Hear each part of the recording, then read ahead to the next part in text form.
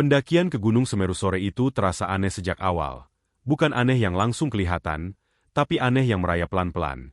Seperti rasa dingin yang menyusup ke tulang meski matahari masih nongol di balik awan. Aku, Dimas, Raka, dan Bayu berangkat dengan niat sederhana dan jujur saja cukup realistis. Naik sampai Kalimati, bermalam 1 malam, lalu turun keesokan harinya. Nggak ada ambisi puncak, nggak ada target muluk. Kami semua sudah beberapa kali naik gunung. Dan Semeru bukan yang pertama buat kami. Tapi entah kenapa, sejak kaki menginjak Ranupani, dadaku terasa agak berat. Seperti ada sesuatu yang mengganjal tapi nggak bisa dijelasin pakai kata-kata. Cuaca hari itu cerah, bahkan terlalu cerah untuk ukuran Semeru yang biasanya cepat berubah. Langit biru bersih, awan putih menggumpal santai, dan matahari sore memberi cahaya keemasan yang harusnya bikin suasana hangat dan menyenangkan. Jalur normal. Semua prosedur kami ikuti. Simaksi beres, logistik aman, kondisi fisik oke. Secara logika, nggak ada satupun yang perlu dikhawatirkan. Tapi suasananya terlalu sepi. Itu yang bikin nggak beres. Padahal lagi musim ramai. Libur panjang, cuaca bersahabat, dan Semeru selalu jadi magnet buat pendaki dari mana-mana. Biasanya, bahkan dari Ranupani saja sudah ramai suara orang bercanda, porter lalu lalang, tawa, bunyi carrier diseret, atau minimal sapaan basa-basi sesama pendaki. Tapi sore itu, desa Ranupani terasa lengang. Ada beberapa warga lokal, tapi pendaki lain hampir nggak kelihatan. Aku ingat sempat nengok ke arah base camp, berharap lihat rombongan lain masuk jalur, tapi yang ada cuma suara angin dan dedaunan. Kami mulai melangkah masuk jalur hutan dengan langkah santai. Dimas di depan, Raka dan Bayu di tengah. Aku di belakang. Jalur tanah padat dengan akar-akar pohon yang menyembul, familiar dan seharusnya menenangkan. Tapi makin ke dalam, hutan terasa makin rapat. Cahaya matahari mulai terpotong-potong oleh kanopi pohon tinggi, dan udara jadi lebih lembab. Bau tanah basah dan daun kering bercampur. Aroma khas gunung yang biasanya aku suka. Kali ini, aroma itu justru bikin tenggorokanku terasa kering. Kami berjalan cukup lama tanpa berpapasan dengan siapapun. Nggak ada suara langkah di depan atau belakang, nggak ada obrolan rombongan lain, bahkan nggak ada suara alam yang ramai.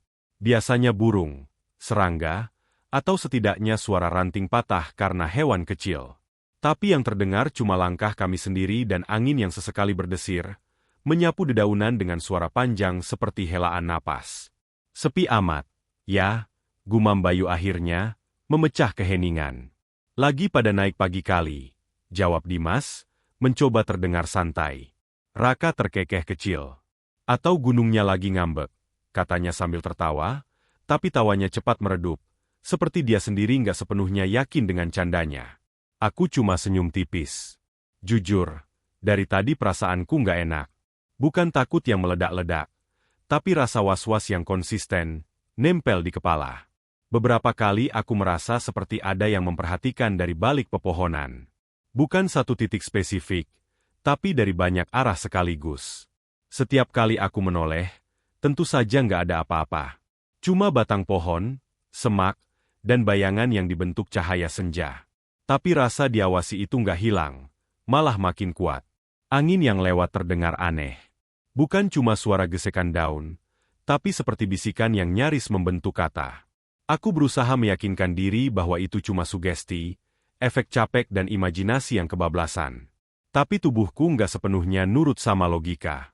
Bahuku kaku, langkahku refleks dipercepat untuk lebih dekat dengan yang lain. Menjelang maghrib, perubahan terjadi cepat. Terlalu cepat. Kabut mulai turun dari arah atas, menggulung perlahan lalu tiba-tiba menelan jalur di depan kami. Jarak pandang yang tadinya puluhan meter mendadak tinggal beberapa langkah. Cahaya jadi abu-abu, dan suara terasa teredam, seolah-olah dunia dibungkus kain tebal. Ini cepet banget turunnya, kata Dimas, berhenti dan melihat ke sekeliling. Kami cek jam. Belum terlalu malam, tapi suasananya sudah seperti menjelang gelap total. Jalur depan mendadak nggak jelas, dan tanda-tanda di pohon tertutup kabut. Rasanya terlalu berisiko kalau dipaksakan lanjut. Tenda kita pasang di sini aja, kata Bayu akhirnya. Nadanya tegas tapi ada getar halus yang nggak bisa disembunyikan. Kami semua setuju tanpa banyak debat. Kami cari sedikit area datar di pinggir jalur. Cukup untuk 2 tenda kecil. Gerakan kami jadi lebih cepat, lebih fokus, seperti ada dorongan tak terlihat untuk segera menyelesaikan semuanya. Saat tenda berdiri dan api mulai menyala dari kompor portabel, kabut semakin tebal, dan gelap turun sepenuhnya. Api kecil itu jadi satu-satunya sumber cahaya yang terasa hangat. Kami duduk melingkar, membuka jaket, menghangatkan tangan. Obrolan ringan mulai muncul, tapi terdengar dipaksakan. Tawa yang keluar cepat mati. Setiap suara terasa terlalu keras di tengah kesunyian. Dan lalu, di sela-sela bunyi api dan angin, terdengar sesuatu yang membuat darahku langsung dingin. Ting, tong, ting. Pelan, jauh, tapi jelas. Nada-nada itu teratur, bukan suara alam. Bukan ranting jatuh, bukan batu tergeser. Itu suara gamelan. Aku refleks mengangkat kepala. Dimas berhenti mengaduk minuman. Raka menelan ludah, matanya membesar. Bayu menegang, tangannya berhenti di udara. Kami saling tatap, nggak ada yang berani bicara selama beberapa detik yang terasa seperti menit. Suara itu terdengar lagi, sedikit lebih jelas, seolah mendekat atau mungkin hanya kabut yang membawa bunyinya lebih utuh. Dengarkan, bisik Dimas akhirnya, suaranya rendah dan serak. Nggak ada yang jawab. Karena kami semua tahu, di gunung, suara gamelan bukan pertanda baik. Cerita-cerita lama langsung menyerbu kepala. Tentang pasar gaib, tentang undangan yang nggak boleh dijawab, tentang mereka yang hilang karena mengikuti suara yang seharusnya diabaikan. Aku merasakan bulu kuduku berdiri. Jantungku berdetak terlalu keras, sampai aku takut suaranya terdengar keluar. Gamelan itu terus berbunyi, kadang terputus, kadang utuh, seperti dimainkan oleh tangan-tangan sabar yang tahu persis apa yang mereka lakukan. Raka menunduk, memejamkan mata. Bibirnya bergerak pelan, mungkin membaca doa. Bayu mematikan kompor perlahan, api padam, dan kegelapan langsung terasa lebih pekat. Cahaya senter dinyalakan, tapi rasanya nggak cukup untuk melawan suasana. Suara itu tiba-tiba berhenti. Keheningan setelahnya justru lebih menakutkan. Seolah hutan menahan napas. Aku menunggu suara lain, apapun, tapi yang ada cuma detak jantungku sendiri dan napas kami yang tertahan. Jangan keluar tenda, bisik Bayu. Apapun yang kita dengar nanti.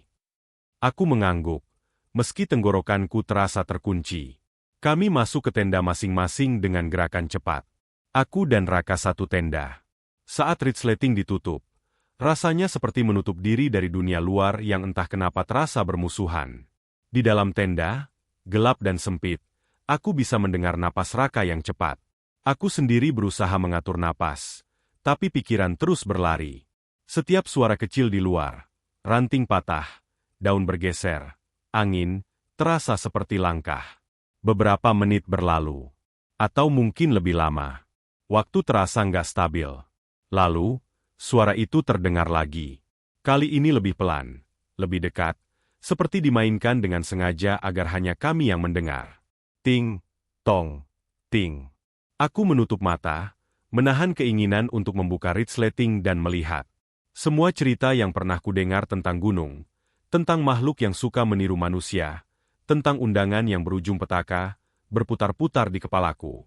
Aku tahu, sedalam apapun rasa penasaran itu, aku nggak boleh keluar. Di sela suara gamelan, aku seperti mendengar sesuatu yang lain. Langkah kaki, pelan, mengelilingi area tenda. Tidak tergesa, tidak berat. Seperti orang berjalan tanpa alas kaki di tanah basah. Raka menggenggam lenganku erat. Kukunya terasa menekan. Aku membalas dengan genggaman yang sama. Satu-satunya cara kami saling meyakinkan bahwa kami masih nyata, masih di sini. Malam itu terasa sangat panjang. Gamelan kadang muncul, kadang hilang. Langkah-langkah itu kadang terasa dekat, kadang menjauh. Tidak ada yang terjadi secara eksplisit, tapi justru itu yang paling menyiksa. Menunggu sesuatu yang mungkin tidak pernah datang. Entah kapan aku akhirnya terlelap. Tertidur dalam kondisi setengah sadar. Saat mataku terbuka lagi, cahaya abu-abu pagi menyelinap masuk lewat kain tenda. Suara hutan kembali, burung-burung, angin pagi, dan aroma tanah basah yang lebih ramah. Tapi perasaan aneh itu belum sepenuhnya hilang. Karena jauh di dalam diriku, aku tahu, apapun yang kami dengar malam itu bukan mimpi. Dan pendakian yang terlalu sunyi ini baru saja dimulai. Malam itu seharusnya berlalu seperti malam-malam pendakian biasa.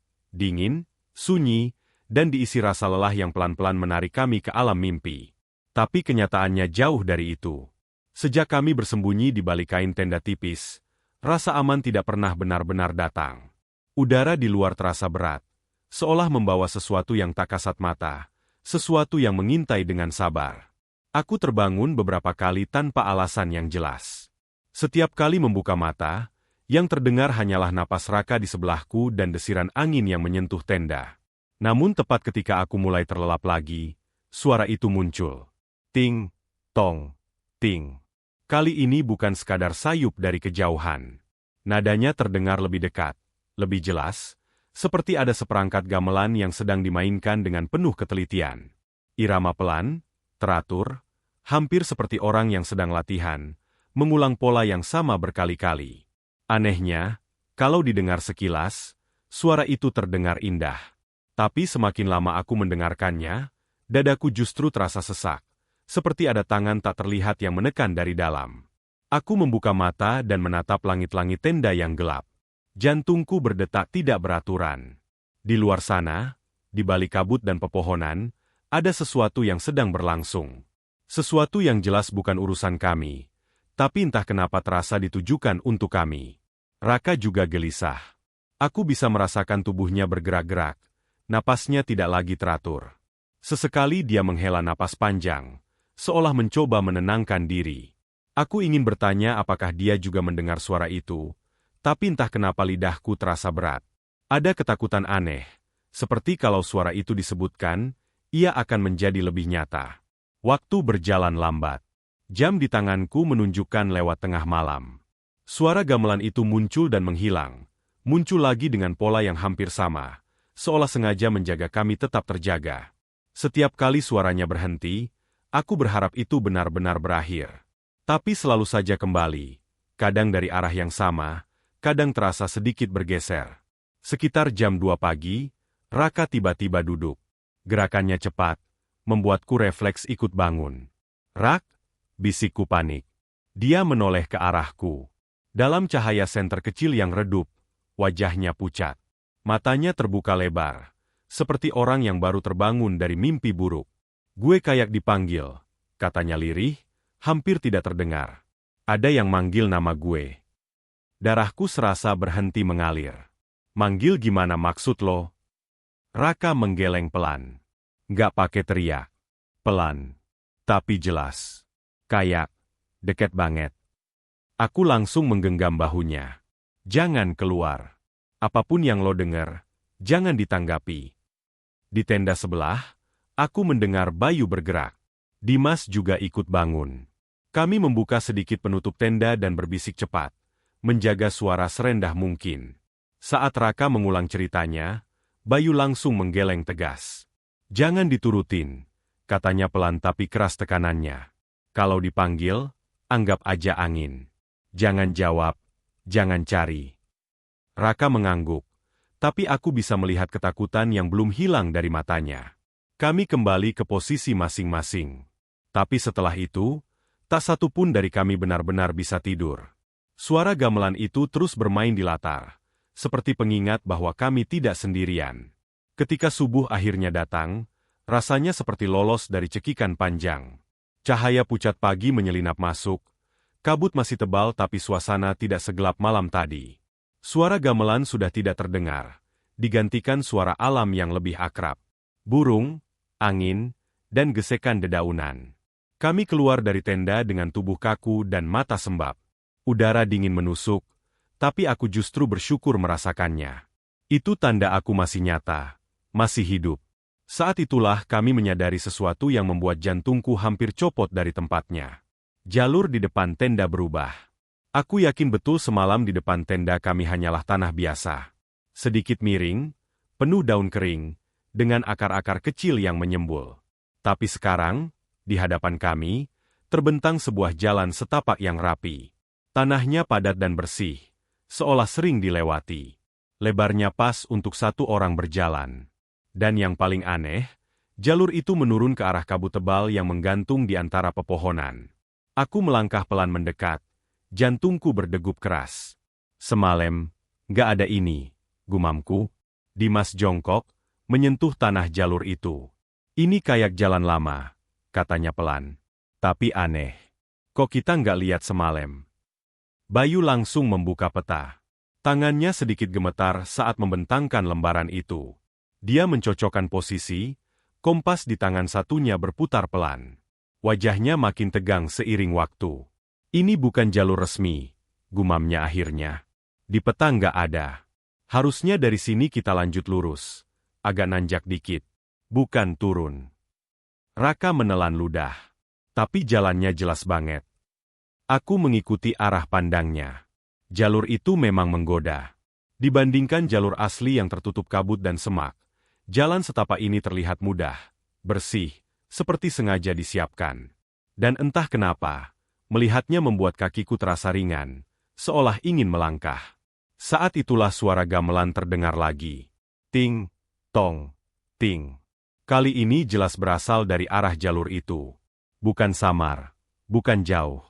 Seolah ada yang sedang duduk di sana, menunggu, memainkan nada pelan sebagai penanda. Aku merasakan sesuatu bergetar di dalam dadaku. Rasa ingin tahu, rasa penasaran, bercampur dengan dorongan aneh yang sulit dijelaskan. Jalur itu seperti memanggil, bukan dengan kata-kata, tapi dengan perasaan. Dengarkan, bisik Raka. Tidak ada yang menjawab. Tapi aku tahu kami semua mendengarnya. Bayu menutup peta dengan cepat. Jangan ke sana, katanya. Kita putar balik ke jalur semula. Tapi ucapannya terasa jauh, seperti datang dari ujung terowongan. Aku menyadari kakiku sudah melangkah satu langkah ke depan. Dimas juga. Raka menyusul, wajahnya kosong, matanya seperti mengikuti sesuatu yang tak bisa kami lihat. Bayu menahan lenganku. Lo kenapa? Aku tersentak, seperti baru sadar dari mimpi. Tapi anehnya, begitu dia melepaskan tangannya, kakiku kembali melangkah. Jalan setapak itu terasa hangat di telapak kaki, seolah menyambut. Suara gamelan mengalun sedikit lebih cepat. Nadanya masih pelan, tapi iramanya terasa mengajak. Kabut di depan bergerak, membuka sedikit celah, cukup untuk menunjukkan kelanjutan jalur yang berkelok di antara pepohonan. Berhenti. Bayu hampir berteriak, tapi suaranya terdengar teredam. Aku ingin berhenti. Sungguh. Tapi tubuhku terasa tidak sepenuhnya milikku. Ada tarikan lembut tapi konsisten, seperti arus sungai yang tidak deras tapi pasti membawa siapapun yang masuk ke dalamnya. Raka berjalan paling depan sekarang. Bibirnya sedikit tersenyum, ekspresi yang membuat tengkuku dingin. Raka, panggilku. Jangan jauh-jauh. Dia menoleh sebentar. Gue cuma mau lihat, katanya ringan, seolah ini semua hal biasa. Kabut semakin tebal saat kami melangkah masuk ke jalur itu. Suara hutan berubah. Burung-burung menghilang. Angin terasa lebih dingin. Pepohonan di sekitar tampak berbeda. Batangnya lebih gelap, jaraknya lebih rapat. Cahaya pagi tersaring aneh, menciptakan bayangan-bayangan panjang yang bergerak pelan. Setiap beberapa langkah, aku merasa seperti melewati tempat yang asing tapi sekaligus familiar. Seperti pernah datang ke sini dalam mimpi yang sudah lama terlupakan. Kepalaku terasa ringan, pikiranku kosong, hanya diisi suara gamelan yang terus mengalun. Bayu masih di belakang, aku bisa mendengar napasnya yang berat, mungkin sedang berusaha melawan sesuatu yang sama. Dimas berjalan di sampingku, wajahnya tegang, rahangnya mengeras. Kita harus balik, katanya lirih, seperti bicara ke dirinya sendiri. Tapi tidak ada yang benar-benar berhenti. Jalur itu terus menurun, berbelok lembut, seolah dirancang agar nyaman dilalui. Tidak ada ranting tajam, tidak ada batu besar. Semuanya terasa terlalu sempurna untuk sebuah jalur gunung yang seharusnya liar. Suara gamelan perlahan memudar, digantikan oleh sesuatu yang lain. Suara ramai. Seperti banyak orang berbicara pelan, tertawa kecil, langkah kaki yang saling bersahutan. Tapi tidak satu pun dari mereka terlihat. Aku menelan ludah, tenggorokanku kering. Kalian dengar itu? Raka mengangguk pelan. Senyumnya menghilang, digantikan ekspresi bingung. Kabut di depan kami menipis sedikit, cukup untuk memperlihatkan bayangan samar seperti bangunan, atau mungkin hanya ilusi pepohonan yang saling bertumpuk. Jantungku berdebar keras, campuran antara takut dan penasaran yang berbahaya. Aku baru sadar satu hal yang membuat bulu kuduku berdiri sempurna. Kami sudah berjalan cukup lama. Terlalu lama untuk jalur yang seharusnya dekat dengan lokasi tenda. Tapi saat aku menoleh ke belakang, tidak ada tenda, tidak ada jejak kami. Hanya jalur setapak yang sama, membentang masuk ke kabut. Dan saat itulah aku sadar, kami benar-benar sudah masuk ke jalur yang tidak ada di peta. Kami berjalan entah sudah berapa lama. Waktu terasa kehilangan makna sejak kami masuk ke jalur itu. Tidak ada patokan jelas. Tidak ada perubahan cahaya yang bisa dijadikan penanda. Langkah demi langkah terasa ringan tapi melelahkan, seperti berjalan dalam mimpi yang terlalu panjang. Kabut yang sejak tadi menyelimuti jalur perlahan mulai menipis, bergerak pelan seperti tirai yang ditarik oleh tangan tak terlihat. Saat kabut itu benar-benar membuka, kami semua berhenti hampir bersamaan. Di depan kami, terbentang sesuatu yang tidak pernah kami bayangkan akan ada di sana. Sebuah desa. Bukan sekadar beberapa rumah liar atau gubuk darurat, tapi desa yang utuh. Rumah-rumah kayu tua berjajar rapi di kiri dan kanan jalan tanah yang halus. Atapnya rendah, beberapa tampak miring dimakan usia. Dindingnya gelap, seperti kayu yang sudah terlalu lama terpapar kabut dan dingin. Di depan setiap rumah, lampu temara menyala. Cahayanya kekuningan, redup, tapi cukup untuk menerangi wajah-wajah yang duduk di teras. Orang-orang. Banyak orang. Mereka duduk rapi, terlalu rapi, seolah sudah diatur posisinya. Laki-laki, perempuan, tua, muda. Semua mengenakan pakaian adat Jawa. Kain jarik, kebaya, beskap, ikat kepala. Tidak ada satupun yang berpakaian modern. Tidak ada sandal gunung, jaket, atau tas carrier. Mereka tampak seperti potongan masa lalu yang dibekukan di satu titik waktu. Yang membuat dadaku terasa sesak bukan hanya kehadiran mereka, tapi ekspresi wajahnya. Pucat. Terlalu pucat untuk orang yang hidup di udara terbuka. Dan senyum mereka, terlalu lebar. Tidak ada yang tertawa, tidak ada yang berbicara keras. Senyum itu statis, seperti topeng yang dipasang permanen di wajah mereka. Mata mereka terbuka, memandang ke arah kami, tapi tidak ada kilau kehidupan di sana. Di tengah desa, sebuah pendopo kecil berdiri. Di sanalah gamelan dimainkan. Beberapa orang duduk bersila mengelilingi alat-alat itu, tangan mereka bergerak pelan memukul bilah dan gong kecil. Irama yang sejak tadi kami dengar kini terdengar utuh, nyata, mengisi udara desa dengan nada yang mengalun pelan tapi menekan. Aku menelan ludah. Tenggorokanku kering. Kakiku refleks mundur setengah langkah, tapi tanah di belakang terasa seperti menahan, membuatku sulit bergerak. Ini, apa? Bisik Raka, suaranya hampir tidak keluar. Tidak ada yang menjawab. Bahkan Dimas yang biasanya paling rasional hanya berdiri kaku, matanya menyapu desa itu dengan napas tertahan. Langkah kaki terdengar dari depan. Dari antara barisan rumah, seorang perempuan tua berjalan mendekati kami. Tubuhnya sedikit membungkuk, rambutnya disanggul rapi meski sudah memutih. Kulitnya keriput, tapi wajahnya bersih. Matanya tajam, jauh lebih hidup dibanding penduduk lain. Senyumnya kecil, tidak selebar yang lain, tapi entah kenapa justru terasa lebih menakutkan. Silakan istirahat, katanya ramah, suaranya halus, beraksen Jawa yang kental. Kalian sudah jauh berjalan. Nada bicaranya seperti nenek yang menyambut cucu pulang kampung. Hang, bersahabat. Terlalu bersahabat untuk situasi yang sama sekali tidak masuk akal.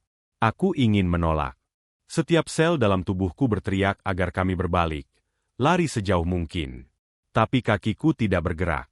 Tanganku dingin, gemetar halus. Dan sebelum aku sempat berkata apapun, perempuan itu sudah berbalik, berjalan pelan seolah yakin kami akan mengikutinya. Dan kami memang mengikutinya. Kami dibawa ke salah satu rumah di pinggir jalan. Rumah kayu sederhana dengan pintu rendah. Di dalamnya, ruangan terasa hangat, diterangi lampu minyak yang menggantung. Bau kayu tua bercampur aroma manis yang tidak kukenal. Kami dipersilakan duduk di tikar pandan yang terhampar rapi. Seorang perempuan lain, lebih muda, datang membawa beberapa cangkir kecil dari tanah liat. Uap tipis mengepul dari permukaannya. "Minumlah," kata perempuan tua itu lembut. "Agar kuat." Aku memegang cangkir itu dengan tangan gemetar. Cairannya bening kekuningan. Aromanya manis, seperti gula aren dicampur sesuatu yang pahit.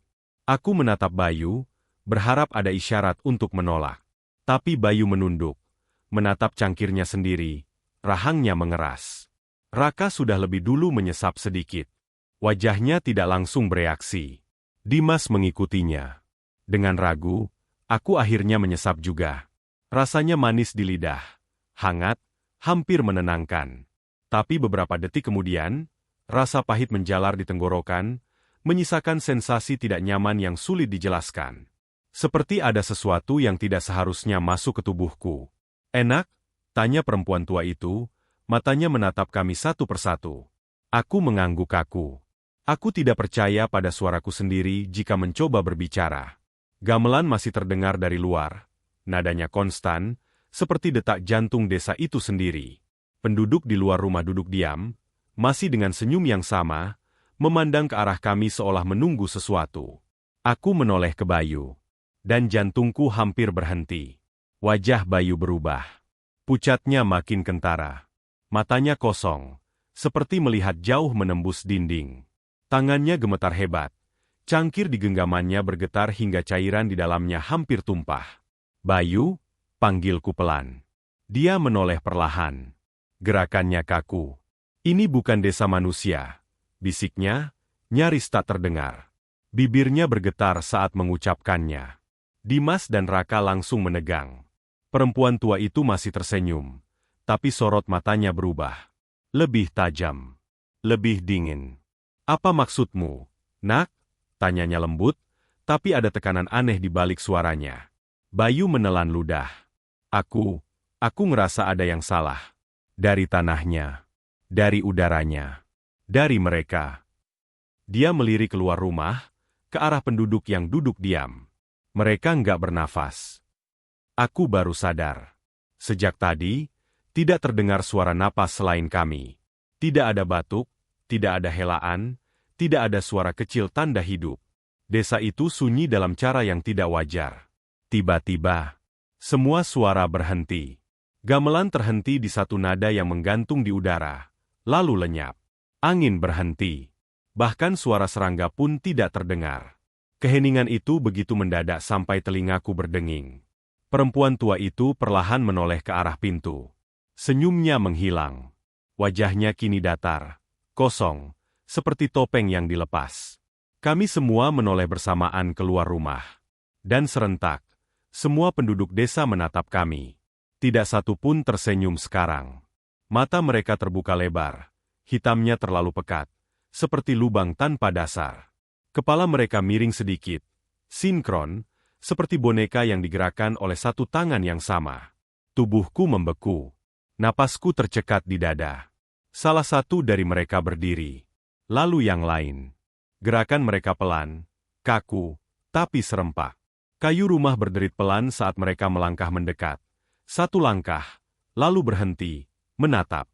Perempuan tua itu berdiri di hadapan kami. Suaranya kini tidak lagi ramah. "Kalian sudah minum," katanya datar. "Artinya kalian tamu kami." Bayu menggenggam lenganku keras. "Jangan jawab," bisiknya cepat. Aku bisa merasakan keringat dingin mengalir di punggungku. Kepalaku berdenyut.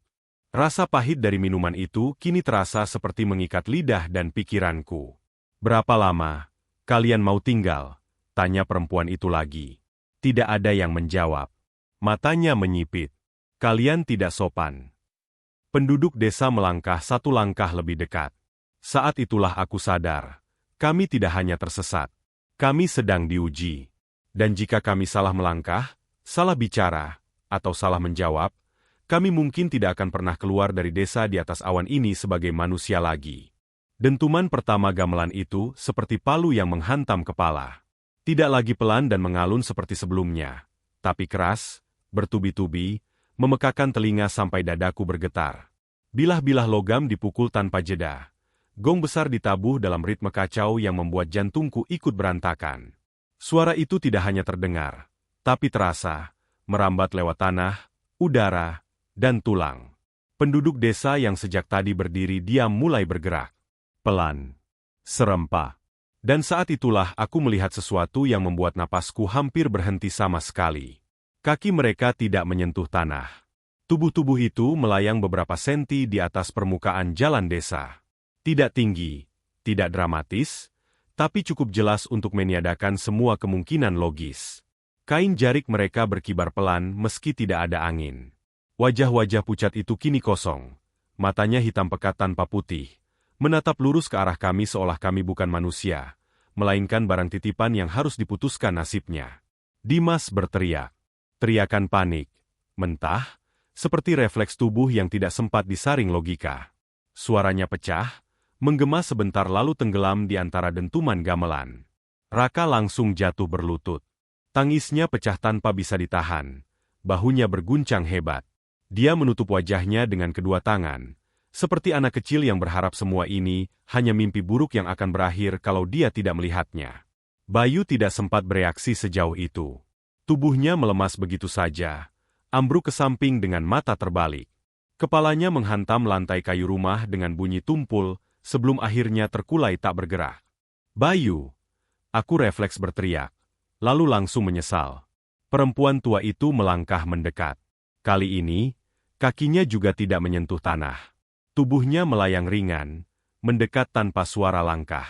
Wajahnya berubah total. Tidak ada lagi sisa keramahan. Keriput-keriput di wajahnya tampak lebih dalam, lebih tajam, seperti retakan tanah kering. Kalian melewati jalur gaib, katanya. Suaranya kini bergema ganda, seolah ada 2 atau 3 suara berbicara bersamaan dari mulut yang sama. Tempat yang bukan untuk manusia. Gamelan terus dipukul keras, makin cepat, makin brutal. Aku merasa mual. Dunia di sekitarku seperti bergetar, gambar-gambar berlapis. Tidak stabil. Satu harus tinggal, lanjut perempuan itu, nadanya datar, seolah sedang membicarakan barang, bukan nyawa. Kata-kata itu jatuh seperti hukuman mati. Raka mengangkat kepala dengan mata merah dan basah. Maksudnya apa? Suaranya pecah. Perempuan tua itu tersenyum tipis. Tukar jalan pulang. Dimas menggeleng keras-keras. Enggak, kami enggak mau. Kami cuma lewat. Penduduk desa bergerak lebih dekat. Lingkaran mereka menyempit. Udara di antara kami menebal, membuat napas terasa berat. Aku bisa mencium bau tanah basah bercampur sesuatu yang amis, seperti besi berkarat. Di tengah kepanikan itu, sebuah ingatan menghantam kepalaku dengan keras. Suara ayahku. Bertahun-tahun lalu, saat aku masih remaja dan pertama kali ikut naik gunung, dia menepuk pundakku sebelum berangkat dan berkata dengan nada serius yang jarang dia pakai. Kalau kamu tersesat di gunung, ingat satu hal. Jangan pernah menyebut nama temanmu dengan keras. Jangan manggil. Jangan teriak. Apapun yang kamu lihat atau dengar. Waktu itu aku tertawa. Menganggapnya cerita lama untuk menakut-nakuti anak kecil. Tapi sekarang, kata-kata itu berputar di kepalaku seperti mantra penyelamat. Jangan pernah menyebut nama. Aku ingin berteriak memperingatkan Dimas dan Raka. Tapi mulutku terasa terkunci. Lidahku berat, seolah ada sesuatu yang menekannya dari dalam. Gamelan tiba-tiba berhenti. Keheningan jatuh seperti palu kedua. Lalu, di tengah sunyi yang mencekik itu, sebuah suara terdengar. Bukan dari mulut manusia. Bukan dari satu arah. Suaranya melayang, bergema dari segala penjuru. Dari tanah, dari rumah-rumah kayu, dari kabut yang menggantung di udara. Suara itu menyebut sebuah nama. Jelas. Lantang. Tidak salah dengar. Nama salah satu dari kami. Tubuhku langsung membeku. Raka mendongak.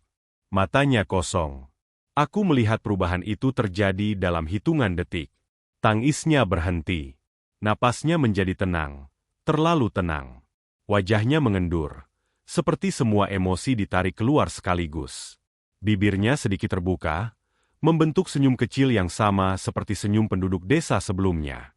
Rak, aku refleks memanggil, lalu tersentak dan menutup mulutku sendiri dengan tangan. Terlambat. Terlalu terlambat. Raka berdiri. Gerakannya halus, tanpa ragu. Seolah dia memang sudah menunggu saat itu. Dimas mencoba meraih lengannya, tapi tangannya menembus udara kosong. Raka melangkah maju, melewati kami, menuju tengah desa. Raka, jangan. Dimas menjerit, kini menangis tanpa malu. Raka tidak menoleh, tidak melambat. Langkahnya ringan, hampir melayang. Penduduk desa membuka jalan, membiarkannya lewat dengan kepala sedikit menunduk, seperti memberi hormat. Perempuan tua itu mengangguk puas. Yang dipanggil, sudah menjawab. Aku ingin bergerak. Aku ingin berlari dan menarik Raka kembali. Memeluknya, menahannya apapun yang terjadi. Tapi tubuhku tidak bisa digerakkan. Kakiku terasa menyatu dengan tanah. Tanganku mati rasa.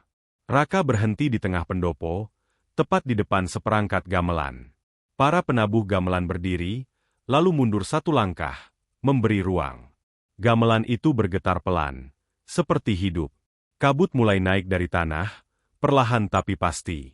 Putih tebal, dingin, menyelimuti kaki kami. Naik sampai betis, lutut, pinggang. Raka menoleh sebentar ke arahku.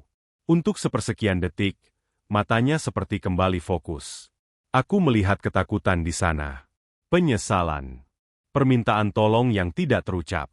"Ma," katanya, tapi suaranya terpotong. Kabut melonjak naik, menelan tubuhnya sampai leher, lalu kepala. Dalam hitungan detik, Raka menghilang. Gamelan dipukul satu kali. Sangat keras. Lalu sunyi. Penduduk desa menghilang satu persatu, larut ke dalam kabut seolah tidak pernah ada. Rumah-rumah kayu memudar. Lampu-lampu temaram padam. Pendopo runtuh menjadi bayangan. Kabut menelan semuanya. Aku tidak tahu berapa lama aku berdiri di sana. Bisa jadi detik, bisa jadi jam. Saat kesadaranku benar-benar kembali, aku terjatuh berlutut di tanah basah. Udara dingin menusuk paru-paruku. Suara hutan kembali terdengar. Burung, angin, daun. Tidak ada desa. Tidak ada gamelan. Tidak ada Raka. Dimas terisak di sampingku, memeluk tubuh Bayu yang masih tak sadarkan diri.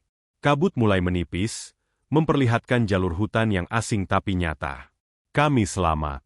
Tapi sejak hari itu, aku tahu satu hal dengan pasti. Di gunung, ada nama-nama yang tidak boleh dipanggil. Dan ada harga yang terlalu mahal untuk sebuah jalan pulang. Aku terbangun dengan kepala berdenyut hebat dan tubuh yang terasa asing, seperti bukan milikku sendiri. Tanah dingin menempel di pipiku, lembab dan berbau daun busuk. Saat aku membuka mata, yang kulihat hanyalah kanopi pohon-pohon tinggi dan cahaya pagi yang menyelinap di sela-sela dedaunan. Tidak ada kabut tebal, tidak ada desa, tidak ada gamelan. Hanya hutan yang sunyi dan jalur tanah yang kukenal sebagai jalur resmi pendakian. Aku mencoba bangkit, tapi tubuhku lemas. Otot-ototku terasa seperti habis diperas habis-habisan. Napasku pendek. Dadaku nyeri setiap kali menghirup udara. Aku memeriksa sekeliling dengan panik. Tidak ada Dimas. Tidak ada Bayu. Dan tentu saja, tidak ada Raka. Aku sendirian. Panik datang terlambat, tapi menghantam keras. Aku memanggil nama mereka, lalu tersentak dan menutup mulutku sendiri. Jantungku berdegup kencang. Ingatan tentang apa yang terjadi menghantam bertubi-tubi. Desa di atas awan. Penduduk yang melayang, suara gamelan, dan Raka berjalan ke tengah desa tanpa bisa dihentikan. Air mataku jatuh tanpa suara. Tenggorokanku terasa perih. Aku memaksa diri untuk duduk, lalu berdiri perlahan. Kakiku gemetar, hampir tidak sanggup menopang berat badan. Aku berjalan terpincang menyusuri jalur, mengikuti tanda-tanda merah putih di batang pohon, seperti orang yang baru belajar berjalan. Aku tidak tahu berapa lama aku berjalan sebelum akhirnya suara manusia terdengar. Suara yang nyata. Suara yang hidup. "Mas, di sini." Aku menoleh, dan saat itulah lututku benar-benar menyerah. Aku jatuh tepat ketika beberapa orang berseragam oranye berlari ke arahku. Tim SAR. Wajah-wajah serius mereka berubah lega saat melihatku masih bernapas. "Kamu pendaki yang hilang?" Tanya salah satu dari mereka sambil menopang tubuhku. Aku ingin menjawab, tapi yang keluar hanya isakan patah-patah. Aku dibawa turun dengan tandu darurat. Sepanjang perjalanan, kesadaranku naik turun. Kadang aku merasa kembali berada di jalur hutan biasa. Kadang aku mendengar suara gamelan samar di kejauhan. Setiap kali suara itu muncul, tubuhku menegang dan aku menjerit tanpa sadar, membuat tim SAR saling pandang dengan ekspresi bingung. Di pos bawah, aku akhirnya sadar penuh. Seorang petugas memberiku air hangat. Tanganku gemetar saat memegang gelas. "Kamu tahu kamu hilang berapa lama?" tanya seorang pria paruh baya yang tampaknya koordinator tim. Aku menggeleng pelan. 2 hari, katanya.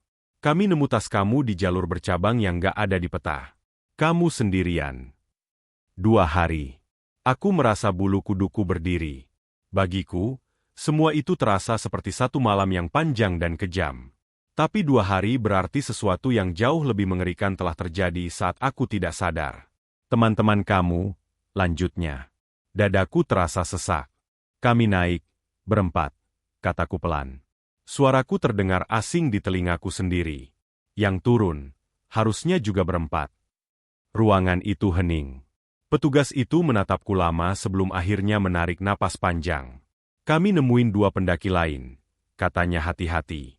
Satu dalam kondisi pingsan berat, satu lagi syok. Keduanya selamat. Hatiku berdebar. "Raka?" tanyaku lirih. Dia menggeleng pelan. Nama itu menggantung di udara, berat dan dingin. Pencarian dilanjutkan selama beberapa hari. Jalur disisir. Area sekitar Kalimati diperiksa. Bahkan kabarnya beberapa relawan lokal ikut membantu. Orang-orang yang katanya paham adat gunung. Tapi Raka tidak pernah ditemukan. Tidak ada jejak. Tidak ada barang. Seolah dia benar-benar lenyap di telan gunung. Dimas dan Bayu akhirnya bisa ditemui. Bayu tidak ingat apapun sejak jatuh pingsan. Kepalanya terbentur cukup keras, dan sebagian ingatannya kosong. Tapi Dimas, matanya kosong. Dia jarang bicara. Setiap kali ditanya soal Raka, dia hanya menunduk dan menggeleng. Seolah kata-kata tidak lagi cukup untuk menjelaskan apa yang kami alami. Kami bertiga turun sebagai orang yang sama sekali berbeda. Aku kembali ke rumah, tapi rasanya tidak pernah benar-benar pulang. Malam pertama aku tidak bisa tidur. Setiap kali memejamkan mata, aku melihat senyum lebar penduduk desa itu. Mendengar dentuman gamelan yang memekakkan telinga. Dan melihat Raka menoleh untuk terakhir kalinya sebelum kabut menelannya. Hari-hari berikutnya tidak lebih baik. Aku mulai sensitif terhadap suara. Bunyi logam beradu, nada musik tradisional di televisi, bahkan denting sendok jatuh bisa membuatku gemetar. Tenggorokanku sering terasa pahit tanpa alasan, seperti sisa minuman yang diberikan perempuan tua itu masih tertinggal di dalam tubuhku. Beberapa minggu setelah kejadian itu, aku mendengar kabar dari sesama pendaki. Cerita beredar pelan-pelan, seperti bisik-bisik yang tidak ingin terdengar terlalu keras. Ada pendaki yang mengaku mendengar suara gamelan di jalur tertentu saat kabut turun terlalu cepat. Ada yang melihat cahaya lampu temaram di tempat yang seharusnya kosong. Ada yang merasa dipanggil namanya dengan suara yang sangat familiar. Dan selalu ada satu detail yang sama. Jumlah mereka tidak pernah genap. Ada yang naik bertiga, turun berdua. Ada yang naik berempat, turun bertiga. Selalu ada satu yang memilih tinggal, atau lebih tepatnya, dipilih. Nama Raka mulai disebut-sebut. Bukan secara resmi, bukan di laporan. Tapi di antara pendaki, di forum-forum kecil, di obrolan larut malam. Ada yang bilang suara gamelan itu berubah. Kadang di sela-sela nadanya, terdengar suara laki-laki muda bersenandung pelan. Suara yang terdengar kebingungan. Takut. Seperti orang yang belum benar-benar menerima nasibnya. "Itu Raka," kata seseorang padaku suatu malam, dengan nada setengah percaya setengah takut. "Masih dipanggil. Masih diminta menemani." Aku tidak menjawab. Aku tidak sanggup. Yang lebih mengerikan adalah fakta bahwa jalur itu masih ada. Tidak selalu. Tidak untuk semua orang. Tapi bagi mereka yang cukup lama berjalan dalam kabut, bagi mereka yang pikirannya kosong atau hatinya lengah, jalur itu bisa muncul begitu saja. Bersih, rapi, menurun, mengundang. Beberapa orang kembali sebelum terlambat. Beberapa tidak. Aku menulis semua ini bukan untuk mencari sensasi, bukan untuk membuat cerita seram. Aku menulis karena aku tahu, cepat atau lambat, akan ada orang lain yang berdiri di persimpangan itu. Orang lain yang mendengar suara gamelan di atas awan dan merasa penasaran. Merasa ingin mendekat. Merasa ingin menjawab. Kalau kamu membaca ini dan suatu hari mendaki gunung, dengarkan aku baik-baik. Gunung bukan cuma soal jalur, peta, dan fisik. Ada aturan yang tidak tertulis, ada batas yang tidak kelihatan. Dan salah satu yang paling penting adalah ini. Kalau kamu mendengar namamu dipanggil di gunung, jangan jawab. Jangan menoleh. Jangan cari sumbernya. Karena tidak semua yang memanggilmu ingin kamu pulang. Kami naik berempat. Yang kembali hanya 3. Dan yang kembali, tidak pernah benar-benar sama.